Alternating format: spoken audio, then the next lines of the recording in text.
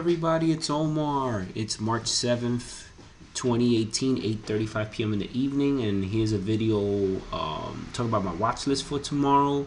Today was a killer day. I called out Momo in pre-market. For all of you that follow me on Twitter, you can find my handle watchotrade. And Momo was, there was a lot of great movers today, but Momo was where I primarily focused on.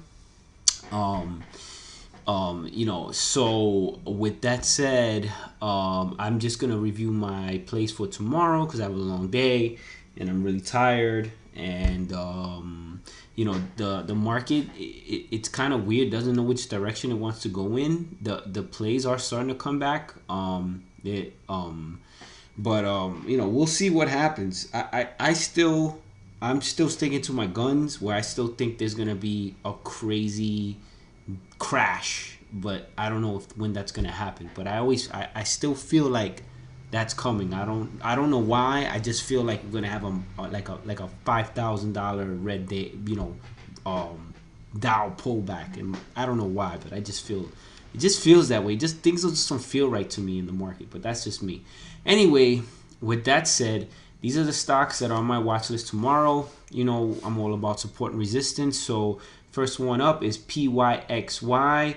PYXY, 28 million shares. So, to me, in my definition of a low flow is anything 20 million shares or less. So 28 million shares, it has enough. It's low enough where, it can move, So, these are my support and resistance levels. So if it can, it's holding its highs, so maybe we see a continuation up. When I look at the yearly chart, this stock, at least according to what it looks like here, it's only a year. It's not even a year old yet. Let me go back further. Let me see. Let me go back 2 years. Yeah, it won't let me. Yeah, so this stock this company has been listed not even a year yet. It's only been listed for like 1 year. See, I'm tired. I can't even talk straight. In terms of history, I don't really get any real history showing me that this stock has, multiple big moves. I mean, this back in November, it did have a day where it gapped up a couple of points, and then the next day, kind of gapped up, pulled back, closed at 325, and the next day opened at 315, hit a high of 324, low of 285, closed at 318. Yeah, so I don't see, based on what I see here, I don't see anything that tells me the direction of this stock.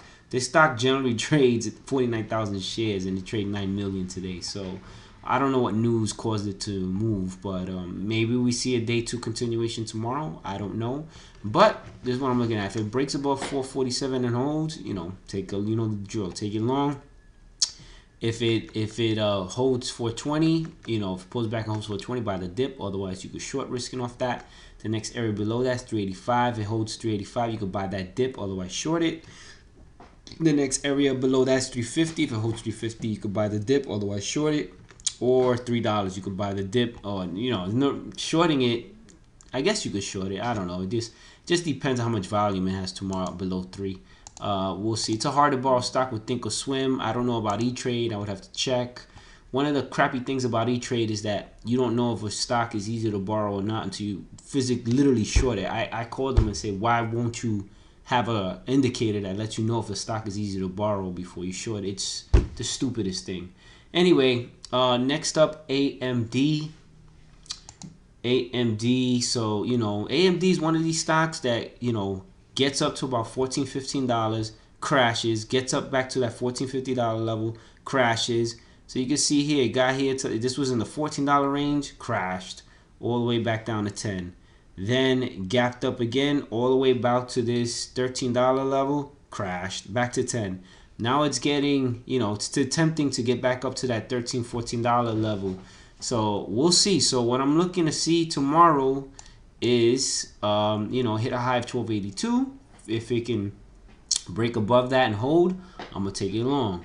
If it gets back up to it and, can't hold it, I'll short it. Next key level of support here is 1263. If it can hold 1263, I'd buy the dip. Otherwise, I would short it.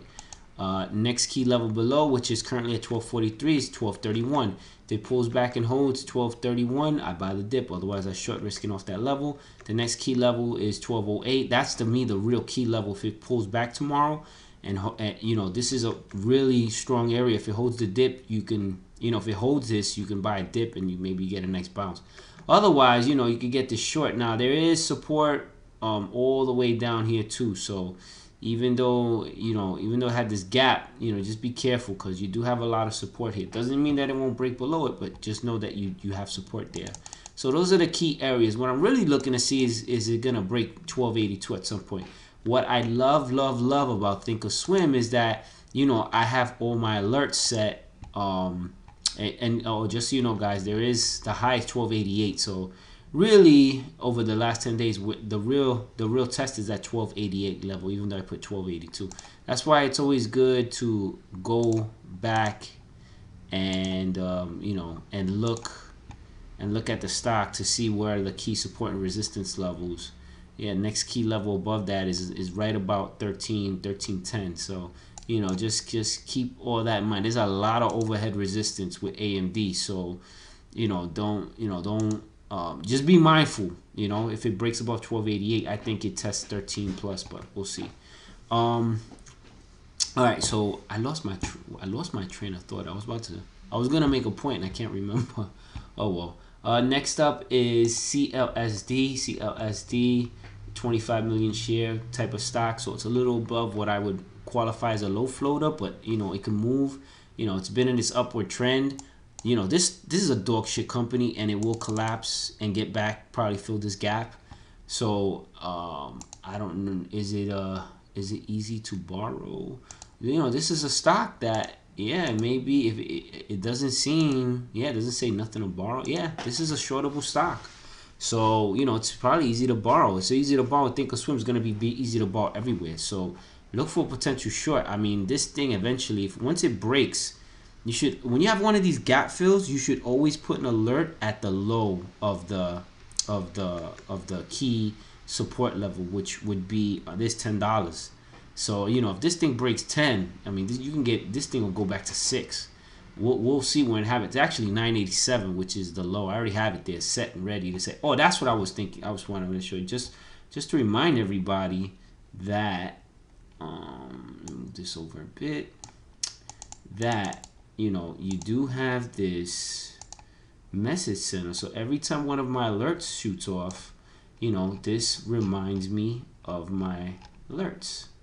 All right, so it's fantastic.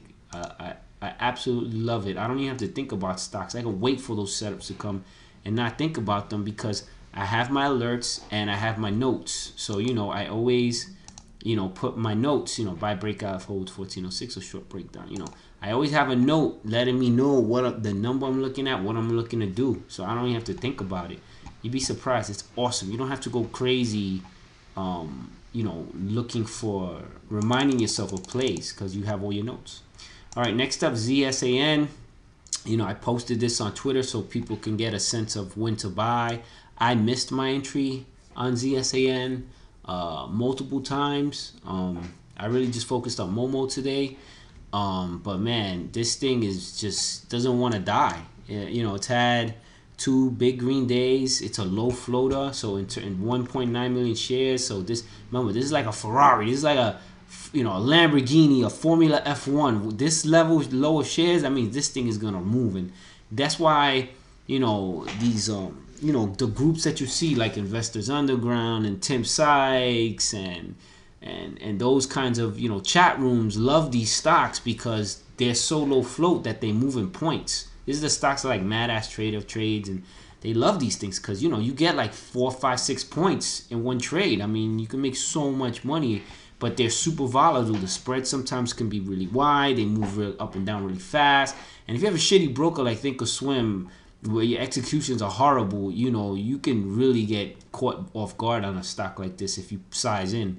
And you won't even get executed fast if you size in because the executions are horrible. You need a better broker. You need a broker like Interactive Brokers, Speed Trader, Centerpoint. Those type of brokers where you get executed really, really, really fast. You know, even E-Trade is pretty good with executions. You know, but You know, think or swim is terrible for this kind of shit. But basically, you know, I don't know what's gonna happen tomorrow. Nobody knows. But this thing doesn't seem to want to die. So I mean, maybe tomorrow this thing gets a day 3, and this thing pushes up to 20. You know, who knows? If I go back in the chart history, let me go back 5 years. Let's see. This was a stock at one time was at $248. Crazy. 5 years ago. Wow, that is nuts. You know.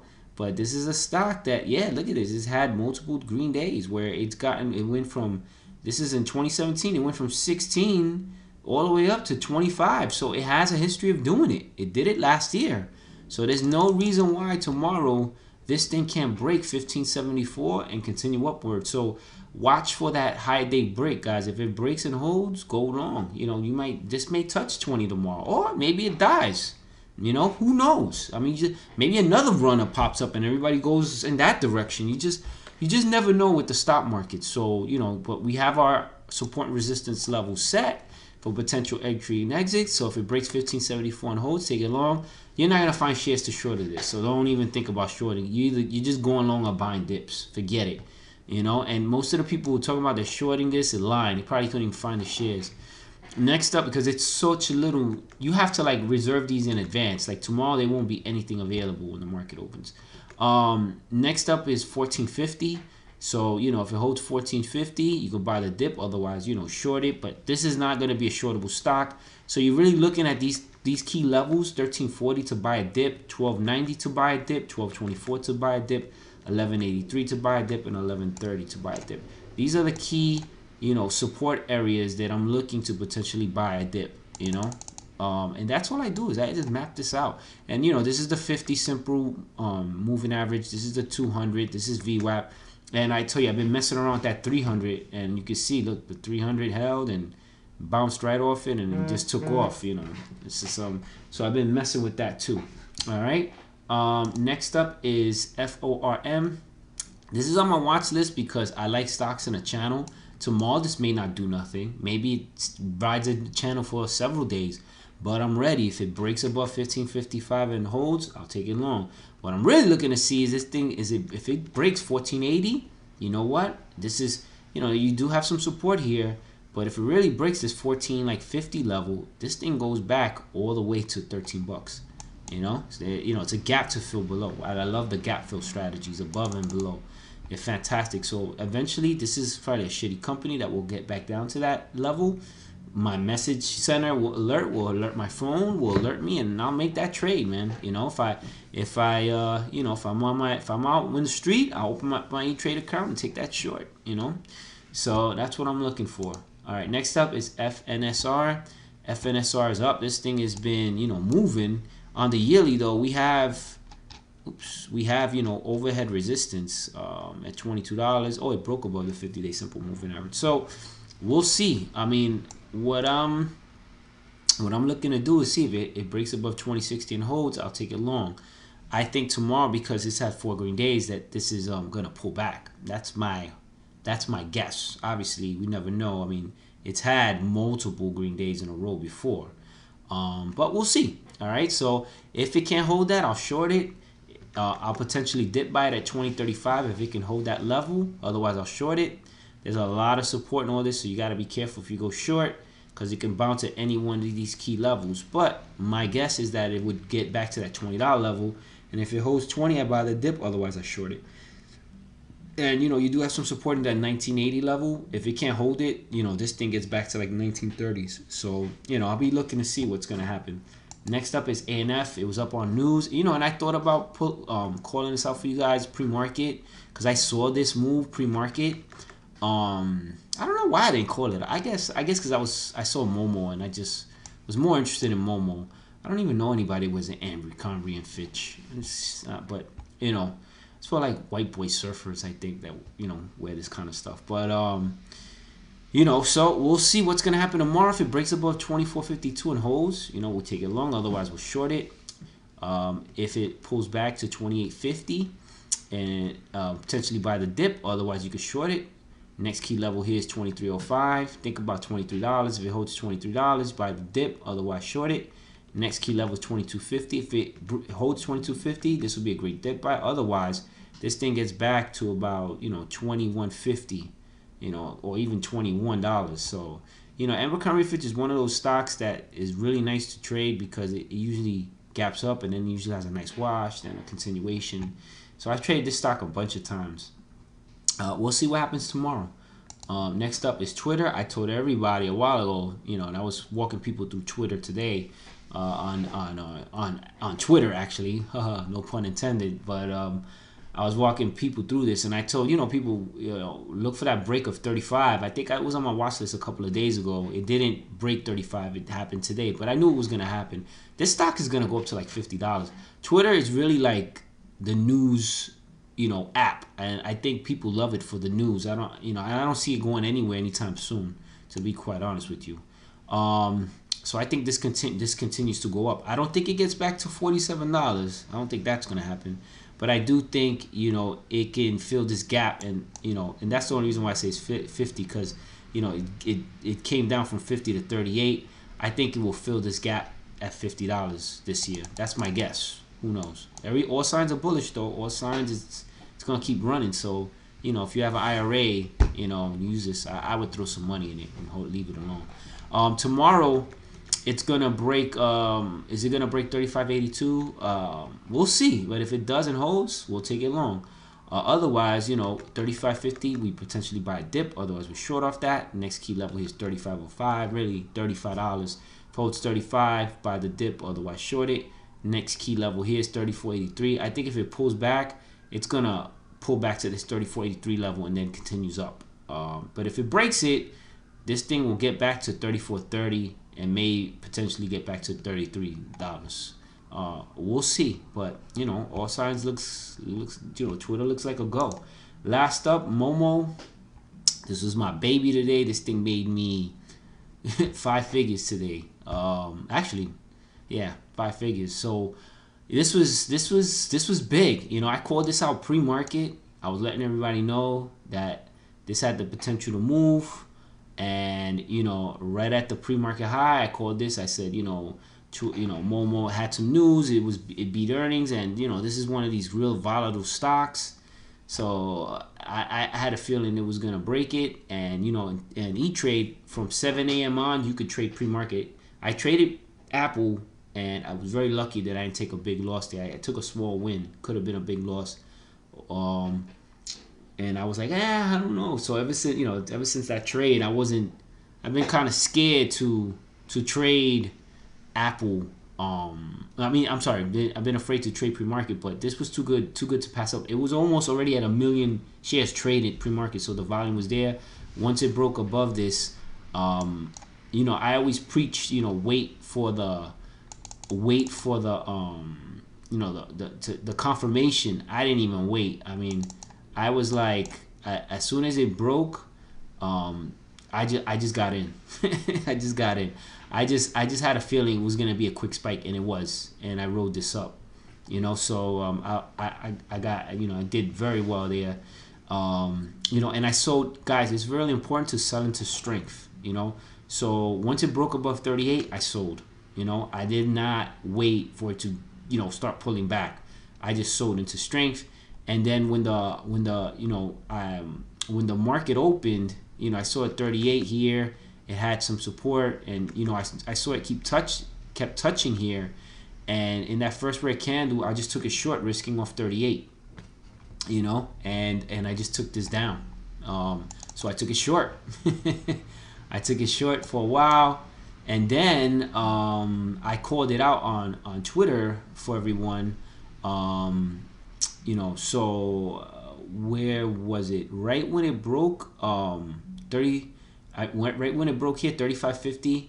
I covered, and then I took it long, and then it kind of like gapped up and then pulled back, and then it gapped up, held back, and it was going back and forth. It broke above, then it rejected VWAP, but eventually, you see at 35.84 level, it found support there, and sure enough, when you see that tapping, somebody asked me on Twitter, how do you know? When you see a lot of this where it's holding, that's when you're gonna get a push. You have that sideways consolidation, and when you get that consolidation, you're gonna get a push because it keeps tapping, but it can't break below it. that is a strong bullish indicator, you know. And then, you know, other traders saw that, and eventually they rode that wave. I think they were just waiting for it to literally get above the 200-day moving average. Once it got above the 200-day moving average, they just, you know, got the volume started coming in, they took it long. So we'll see what happens tomorrow, guys. So those are the stocks on my watch list. They probably could be more, but I'm tired, and this is enough, honestly, guys. You know, you really, you know, you can put 10, 15, 20 stocks on your watch list, but you can't trade them all. So, you know, you always want to narrow it down to like 1 or 2. So having like 3 or 4 stocks on a watch list is fine. All right, folks. So with that said, have a great evening. Please like, subscribe, and share. I'll post this on Twitter now. Retweet it. And I appreciate you guys. Have a good evening.